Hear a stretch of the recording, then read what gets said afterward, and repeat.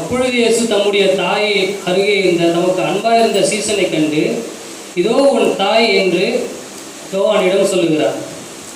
இதோ என் தாய் அப்படின்னா, இதோ உன் தாய் என்று சீசனை பார்த்து சொல்றாரு. சீசனை பார்த்து ஏன் ஆண்டவர் அப்படி சொல்லணும்?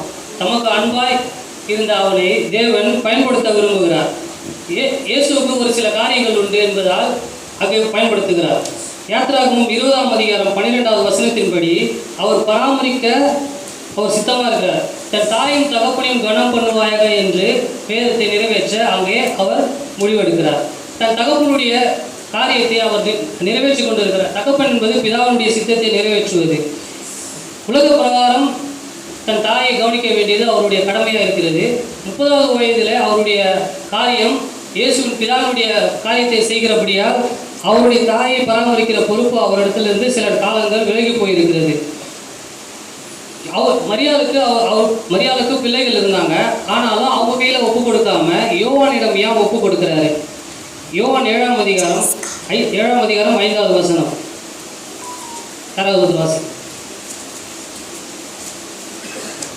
அவருடைய சகோதரரும் அவரை விசுவாசியாதபடியால் இப்படி சொன்னார். அவர்கள் அவரை விசுவாசிக்கவில்லை. விசுவாசிக்கிறவர்களுக்கு தான் ஆண்டவர் எல்லாவற்றையும் செய்யக்கூடும். அவர்கள் அநேக காரியங்களை ஆண்டவர் நிறைய பேருக்கு அற்புதம் செஞ்சுருக்காரு, நிறைய பேரை உயிர் தழ வச்சிருக்கிறாரு, அநேகர் முன்பாக நிறைய சாட்சிகளை காட்டியிருக்கிறாரு, லாசருவை உயிரோடு எழுப்பியிருக்கிறாரு. இந்த காரியங்கள்லாம் அநேகர் பார்த்துருக்குறாங்க, அநேகர் விசுவாசிச்சிருக்கிறாங்க. ஆனால் கூட பிறந்த சகோதரர்கள் ஆண்டவரை விசுவாசிக்கவில்லை. அதனால தான் யோவான் தன் கூடவே இருந்து எல்லாவற்றையும் பார்த்ததுனால யோவான் கரத்தில் இதோ உன் தாய் என்று அவரிடம் சொல்லுகிறார். தன் தகப்பனையும் தாயையும் துரத்தி விடுகிறவன் மனுஷன் இலட்சியை உண்டாக்குற மனுஷன் என்று வேதம் சொல்லுகிறது.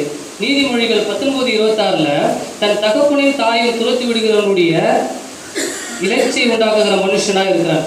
குடும்பத்தை நடத்த ஒரு ஆள் தேவை. குடும்பத்தை ஒரு மூத்த பிள்ளை தான் நடத்தணும். 30 வயசுக்கு அப்புறம் யூதர்களுடைய கடமைகளின்படி 30 வயசுக்கு மேலே உள்ளவங்க தான் தன்னுடைய குடும்பத்தை நடத்த வேண்டிய சூழ்நிலை இருக்கும். பட் ஆனால் இயேசு 30 வயசுக்கு அப்புறம் தேவனுடைய சித்தத்தை செய்ய தான் போயிட்டாரு. குடும்பத்தை நடத்துறதுக்கு ஆள் இல்லை. ஆனால் தனக்கு மகன்கள் இருக்கிறாங்க, மகள்களும் இருக்கிறாங்க என்று வேதம் சொல்லுது. ஆனால் பொறுப்பை ஏற்றுக்கொள்ளாத நிலையில் அவர்கள் சிறு பிள்ளைகளாக இருந்திருக்கலாம். அதனால்